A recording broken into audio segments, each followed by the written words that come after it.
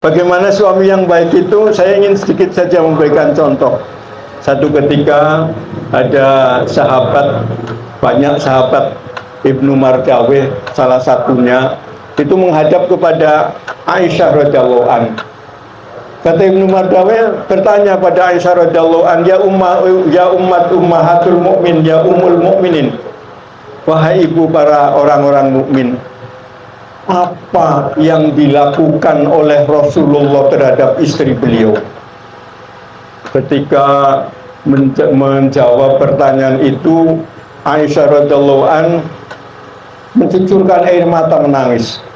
Kemudian Aisyah mengatakan, kullu amrihi ajaba. Semua yang diperbuat oleh Rasulullah begitu indah, begitu menakjubkan. Lantas Aisyah kemudian menceritakan, salah satunya di satu malam. Malam itu malam yang teramat dingin. Kulitku, kata Aisyah, menyentuh dengan kulit Rasulullah. Tiba-tiba Rasulullah membisikkan kata-kata di telinga saya. Wahai Aisyah, izinkan saya untuk bertemu dengan Rabbku. Aku akan melaksanakan sholat tahajud, sholat lail. Apa kata Aisyah radhiyallahu anha? Kata Aisyah mengatakan, saya sangat suka kalau saya harus bersama dengan panjenengan wahai Rasulullah. Tapi saya juga suka kalau engkau ya Rasulullah menghadap pada Tuhanku. Kemudian Rasulullah melaksanakan sholat. Para bapak dan ibu, nggak ada ibunya, ada di dalam, maaf. Rasulullah mau melaksanakan sholat lail itu izin. Saya ingin bertanya pada jenengan, jenengan datang ke sini izin sama istrinya? Kenapa kok izin itu perlu? Iya.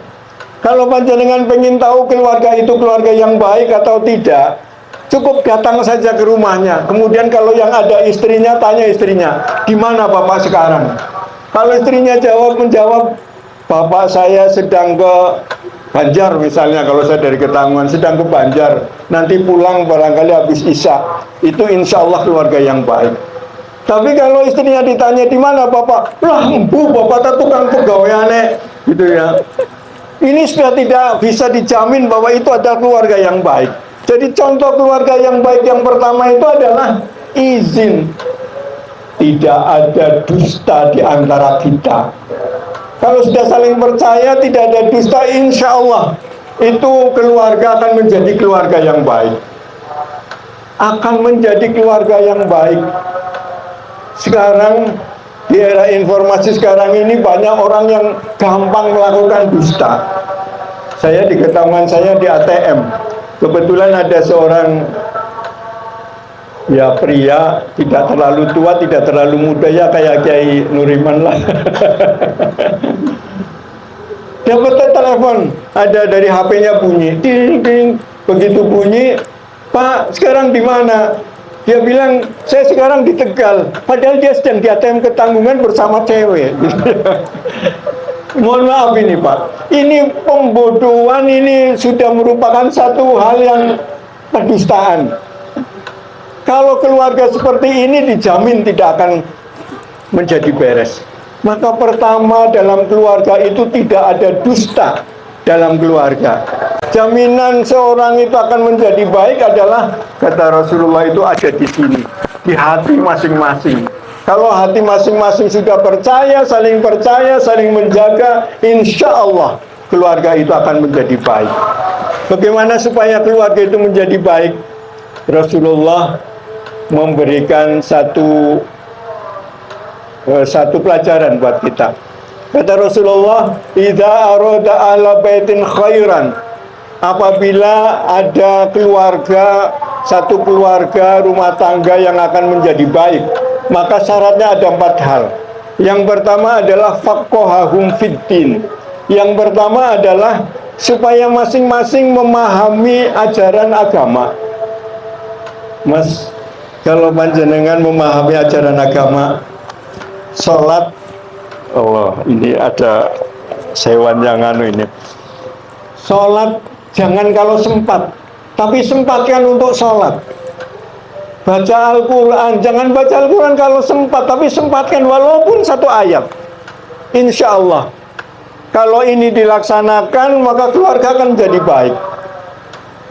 Lagi jengkel-jengkelan, kemudian yuk sholat jamaah. Mas Ristian mengatakan dalam Fatihahnya, ghairil maghdubi alaihim waladhdallin. Istri pasti akan menjawab, apa Mas? Amin. Mesti, walaupun lagi marahnya kayak apa, mesti akan menjawab amin. Ini contoh. Jadi yang pertama adalah laksanakan dulu ajaran agama, fahami itu. Walaupun membaca ayat Al-Quran satu ayat, satu hari, jangan tinggalkan. Sholat jangan tinggalkan. Ketika itu sudah dilaksanakan, insya Allah keluarga akan menjadi keluarga yang bahagia. Yang kedua apa? Yang kedua kata Rasulullah, wa razaqahumur rizqa fi ma'isyatihim wal qasdu fi nafaqatihim. Yang kedua adalah Allah akan memberikan rizki dalam hidupnya, dan rizki itu digunakan secukupnya. Ini yang jarang-jarang kalau kita kadang-kadang tidak memahami, maka rizki itu digunakan kadang-kadang seadanya. Ketika masih GTT, guru tidak tetap, gajinya masih 500-600 ribu cukup. Tapi begitu jadi P3K ya Pak namanya, gajinya sudah 3 juta, sudah mulai utang di bank. Akhirnya pendidikan itu menjadi rusak. Kenapa? Karena SK-nya di bank, kerjanya di sekolah. Maka banyak sekolah sekarang yang rusak karena begitu. Ini biasanya seperti itu. Begitu sudah sertifikasi, lain lagi, meningkat mobil lagi. Kalau seperti ini tidak akan pernah merasa bahagia. Maka kata Rasulullah itu menyatakan orang rumah tangga yang baik akan diberi rizki oleh Allah, tapi menggunakannya juga secara cukup, tidak berlebih-lebihan. Yang ketiga apa? Yang ketiga kata Rasulullah, wa waqara sahirahum kabirahum. Dalam keluarga yang baik itu yang muda menghormati yang tua menyayangi yang muda. Mas, kalau dalam psikologi, penyebab keretakan yang paling utama di dalam rumah tangga biasanya adalah mertua perempuan dengan ibu, dengan anak mantu perempuan. Kalau jenengan alhamdulillah laki-laki sehingga tidak ketemu dengan ibu mertua perempuan dengan perempuan. Tapi kalau mertuanya perempuan dengan menantu perempuan, ini kadang-kadang banyak sekali konflik yang terjadi. Kenapa? Karena si istri merasa suaminya adalah miliknya, sementara ibu masih merasa bahwa si anak itu adalah anaknya, sehingga kadang-kadang terjadi konflik. Oleh sebab itu seorang suami dituntut untuk bisa menjadi kayak ibaratnya kayak kue bikang gitu, yang di atas manasi, yang di belakang di bawah manasi, maka harus bijaksana. Disinilah yang pentingnya. Rumah tangga itu penyebab rumah tangga kebahagiaan stres. Penyebab stres yang pertama adalah karena masalah rumah tangga. Sehingga seorang psikolog dari Rusia itu ada yang mengatakan kalau ada surga di dunia ini, maka surga di dunia ini adalah rumah tangga yang sukses.